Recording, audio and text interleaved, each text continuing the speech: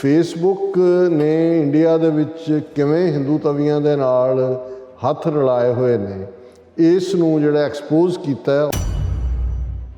Facebook stalling report on human rights impact in India allege whistleblowers. Papers leaked by Frances Haugen revealed users in India were inundated with fake news and anti-Muslim posts. As a result of consistent and continuous barrage of hate on social media, particularly on Facebook, Indian Muslims have been practically dehumanized and rendered helpless and voiceless.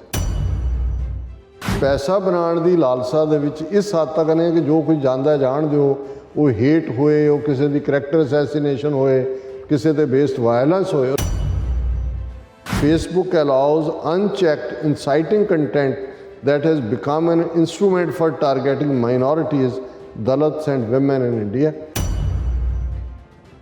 Viewers welcome back on programme. So viewers ਹੁਣ ਆਪਾਂ ਗੱਲਬਾਤ ਕਰਨ ਜਾ ਰਹੇ ਹਾਂ ਕਿ Facebook ਦੇ ਅੰਦਰੂਨੀ ਲੋਕਾਂ ਨੇ ਇਹ ਭੇਤ ਬਾਹਰ ਕੱਢਿਆ ਹੈ ਕਿ ਕਿਵੇਂ ਭਾਰਤ ਵਿੱਚ ਫੇਕ ਨਿਊਜ਼ ਨੂੰ ਫੇਸਬੁੱਕ ਯੂਜ਼ਰ ਤੱਕ ਪਹੁੰਚਾਇਆ ਜਾਂਦਾ ਹੈ। ਸੋ ਫੇਸਬੁੱਕ ਮਾਲਕ ਇਸ ਸੰਬੰਧੀ ਜਾਂਚ ਰਿਪੋਰਟ ਨੂੰ ਰਿਲੀਜ਼ ਨਹੀਂ ਕਰ ਰਹੇ। ਸੋ ਯਾਦ ਰਹੇ ਭਾਰਤ ਵਿੱਚ 340 ਮਿਲੀਅਨ ਫੇਸਬੁੱਕ ਯੂਜ਼ਰ ਹਨ। ਸੋ ਇਸ ਬਾਰੇ ਆਪਾਂ ਗੱਲਬਾਤ ਕਰਨ ਜਾ ਰਹੇ ਹਾਂ। ਸੋ ਅਸੀਂ ਚਾਹਾਂਗੇ ਕਿ ਤੁਸੀਂ ਇਸੇ ਤਰ੍ਹਾਂ ਬਣੇ ਰਹਿਣਾ, ਦੇਖਣ ਸੁਣਨ ਲਈ ਐਂਡ ਲਿਖਣ ਲਈ ਤੁਹਾਡਾ ਸਭ ਦਾ ਬਹੁਤ ਬਹੁਤ ਸ਼ੁਕਰੀਆ। ਜੀ ਰਾਜ ਸਾਹਿਬ, ਕੀ ਵਿਚਾਰਾਂ ਨੇ? ਦੇਖੋ, ਅਸੀਂ ਕੱਲ੍ਹ ਵੀ ਡਿਸਕਸ ਕੀਤਾ ਸੀ ਕਿ ਕਿਵੇਂ ਅਨੁਰਾਗ ਠਾਕਰ ਭਾਰਤ ਦੇ ਇਨਫੋਰਮੇਸ਼ਨ ਐਂਡ ਬ੍ਰੌਡਕਾਸਟਿੰਗ ਮਿਨਿਸਟਰ ਨੇ ਬੋਸਟ ਕੀਤਾ ਹੈ ਕਿ ਅਸੀਂ ਆਲਰੇਡੀ 3 ਸੋਸ਼ਲ ਵੈਬਸਾਈਟ ਔਰ ਜਿਹੜੇ 20 YouTube ਚੈਨਲ ਬੈਨ ਕਰ ਦਿੱਤੇ ਨੇ ਕਿਉਂਕਿ ਉਹ ਐਂਟਾਈ ਇੰਡੀਆ ਔਰ ਪੰਜਾਬ ਔਰ ਕਸ਼ਮੀਰ ਔਰ ਦੂਸਰੇ ਹੱਕਾਂ ਦੀ ਗੱਲ ਕਰਦੇ ਨੇ।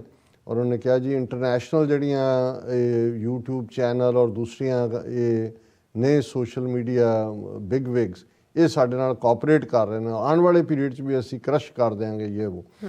ਹੁਣ ਫੇਸਬੁੱਕ ਬਾਰੇ ਤਾਂ ਅਸੀਂ ਖੁਦ ਜੂਨ 2020 ਤੋਂ ਅਸੀਂ ਦੇਖਦੇ ਹਾਂ ਕਿ ਭਾਈ ਸਾਡੇ ਪਾਬੰਦੀ ਬੈਨ ਇੱਥੇ ਵੀ ਸਾਡੀਆਂ ਪੋਸਟ ਨੂੰ ਇਵੇਂ ਡਿਲੀਟ ਕੀਤਾ ਜਾਂਦਾ। ਔਰ ਇਹ ਸਾਡਾ ਨਹੀਂ, ਜਿਹੜੇ ਵੀ ਈਵਨ ਇੰਡੀਵਿਜੂਅਲ ਅਕਾਊਂਟਸ ਵੀ ਜਿਹਦੇ 'ਤੇ ਤੁਸੀਂ ਕੋਈ ਪੋਸਟ ਜਿਹੜੀ ਕਿ ਇੰਡੀਅਨ ਜ਼ੁਲਮਾਂ ਨੂੰ ਐਕਸਪੋਜ਼ ਕਰਦੀ ਹੈ ਉਹ ਨਾਲ ਦੀ ਨਾਲ ਨੋਟਿਸ ਆ ਜਾਂਦਾ ਹੈ ਕਿ your account is suspended for 2 weeks 4 weeks ਔਰ ਤੁਹਾਡਾ ਸਭ ਗਾਇਬ ਕਰ ਦਿੱਤਾ ਜਾਂਦਾ ਹੈ।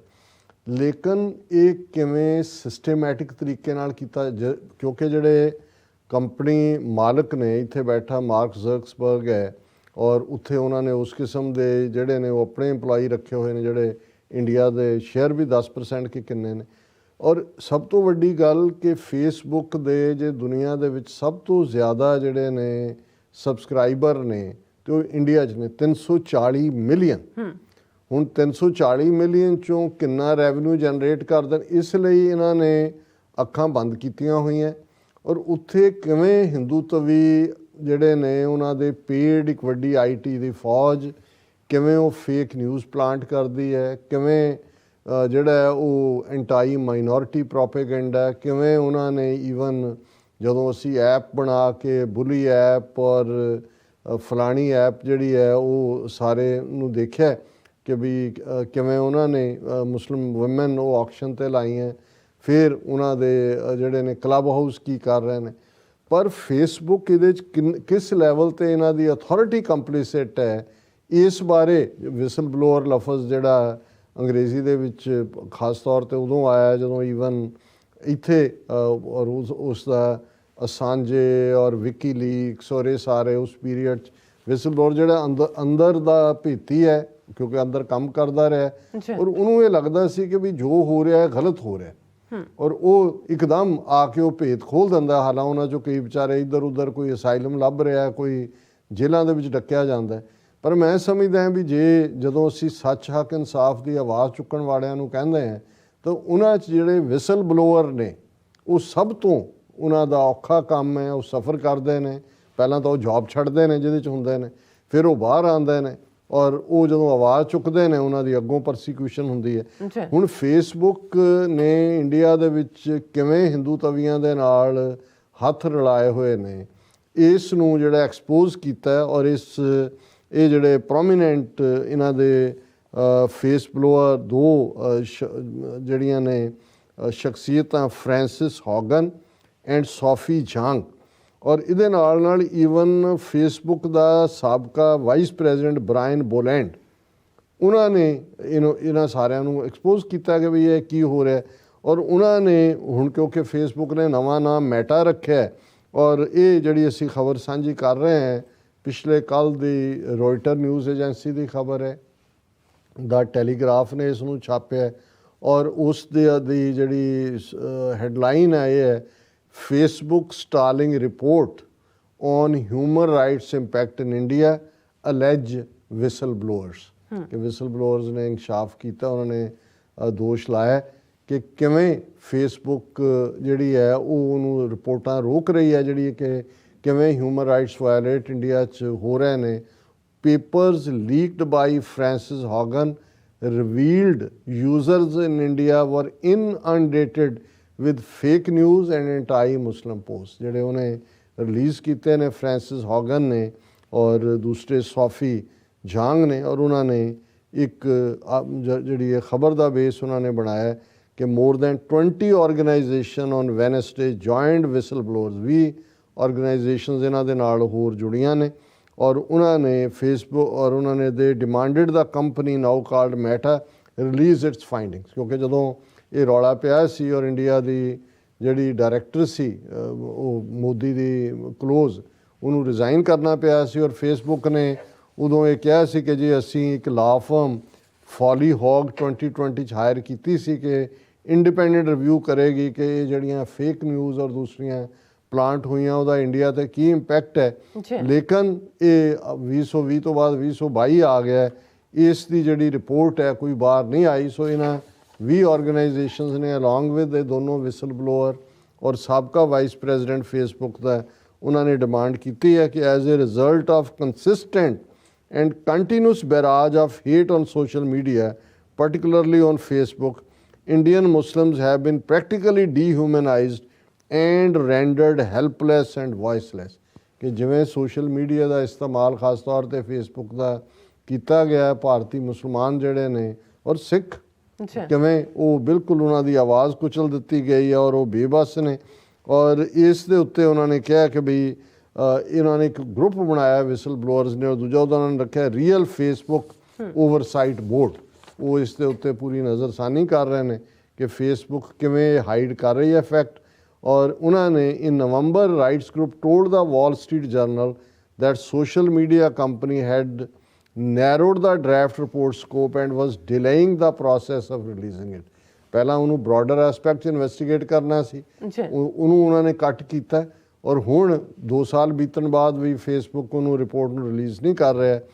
calls for more information how hate speech plays out on meta platforms in India intensified when Haugen leaked internal documents in 2021 showing how the company struggles to monitor problematic content in countries with large user bases। कभी fund नहीं allocate, देखो ਹੁਣ post ਇੱਕ platform ਹੈ ਤੁਸੀਂ ਦਿੱਤਾ ਹੋਇਆ, ਜਿਹੜੀਆਂ ਪੋਸਟ ਆਉਂਦੀਆਂ ਨੇ ਜੇ ਉਹਨਾਂ ਨੂੰ ਮੋਨੀਟਰ ਕਰਨਾ ਹੈ, ਤੁਸੀਂ ਉਹਦੇ ਤੋਂ ਰੈਵਨਿਊ ਜਨਰੇਟ ਕਰ ਰਹੇ ਹੋ, ਉਹਨਾਂ ਤੁਸੀਂ ਸਟਾਫ ਰੱਖੋਗੇ। ਜੇ ਭਾਰਤ ਦੇ ਵਿੱਚ 22 ਰੀਜਨਲ ਲੈਂਗੁਏਜਸ ਨੇ ਰੈਕਗਨਾਈਜ਼ਡ, ਉਹਨਾਂ ਦੇ ਵਿੱਚ ਕੋਈ ਪੋਸਟ ਹੋ ਰਹੀ ਹੈ, ਤੁਹਾਨੂੰ ਉਹਨਾਂ ਦੇ ਬੰਦੇ ਰੱਖਣੇ ਪੈਣਗੇ।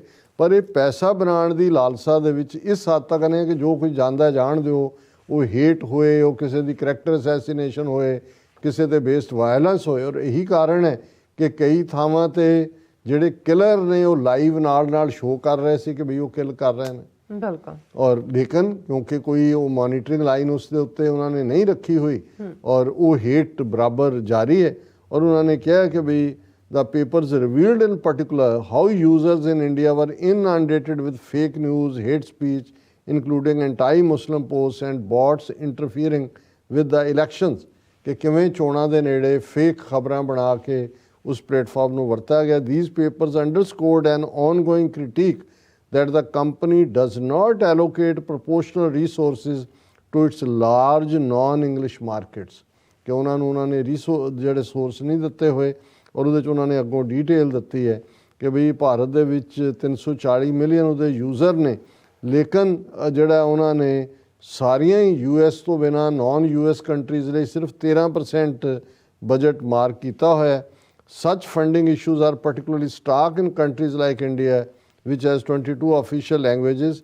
ਇਹ ਟੀਸਟਾ ਸੈਤਲਵਾੜ ਜਿਹੜੀ ਸੀਤਲਵਾਦ, ਇਹ ਵੀ ਇੰਡੀਅਨ ਸਿਵਲ ਰਾਈਟਸ ਐਕਟਿਵਿਸਟ ਹੈ, ਇਹਨੂੰ ਵੀ ਹਰਾਸ ਕੀਤਾ ਜਾਂਦਾ, ਬੜੀ ਬਹਾਦਰ ਔਰਤ ਹੈ। ਉਹਨੇ ਵੀ ਪ੍ਰੈਸ ਕਾਨਫਰੰਸ ਦੇ ਵਿੱਚ ਕਿਹਾ ਕਿ Facebook allows unchecked inciting content that has become an instrument for targeting minorities, dalits and women in India। ਔਰ ਇਹ ਸਾਰੇ ਦੇ ਉੱਤੇ ਹੁਣ ਇਹਦੇ ਚੋਂ ਕੀ ਨਿਕਲੇਗਾ ਕਿ ਇਹ ਤਾਂ ਹੈ, ਲੇਕਿਨ ਇੱਕ ਗੱਲ ਇਹਦੇ ਚੋਂ ਜ਼ਰੂਰ ਆਇਆ ਕਿ Facebook knows its operations happen behind a wall, behind a ਵੇਲ।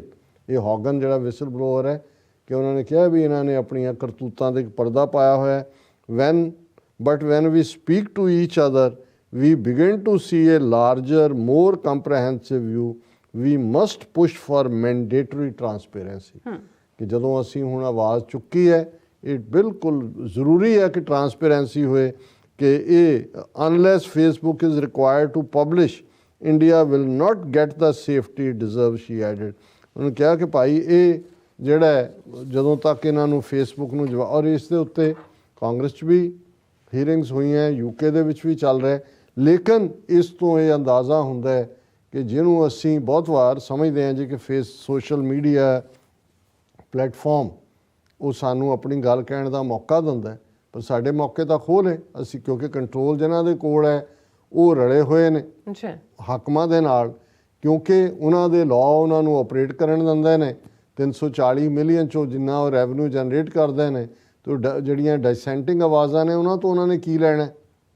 ਸੋ ਇਹ ਇੱਕ ਵੱਡਾ ਕਾਰਨ ਹੈ ਕਿ ਰਾਦਰ ਸੋਸ਼ਲ ਮੀਡੀਆ ਔਰ ਫੇਸਬੁੱਕ ਵਰਗੀ ਜਿਹੜੀ ਹੈ ਸੋਸ਼ਲ ਮੀਡੀਆ ਆਊਟਲੈਟ, ਉਹ ਤਾਂ ਨਫ਼ਰਤ ਔਰ ਜੈਨੋਸਾਈਡ ਦੇ ਵਿੱਚ ਹੈਲਪਫੁਲ ਹੈ, ਔਰ ਇਹਨਾਂ ਨੂੰ ਪਰਸਿਊ ਹੀ ਨਹੀਂ ਸੂ ਵੀ ਕੀਤਾ ਜਾਣਾ ਚਾਹੀਦਾ ਔਰ ਲਗਾਤਾਰਤਾ ਨਾਲ ਐਕਸਪੋਜ਼ ਵੀ ਕੀਤਾ ਜਾਣਾ। ਬਿਲਕੁਲ ਸਾਹਿਬ, ਤੁਹਾਡਾ ਬਹੁਤ ਬਹੁਤ ਧੰਨਵਾਦ। ਸਾਥ ਰਹਿਣੇ ਬ੍ਰੇਕ ਫਿਓਰਸ ਤੁਸੀਂ ਇਸੇ ਤਰ੍ਹਾਂ ਹੀ ਬੜੇ ਰਹਿਣਾ, ਮਿਲਦੇ ਹਾਂ ਛੋਟੇ ਜਿਹੇ ਵਕਫੇ ਤੋਂ ਬਾਅਦ।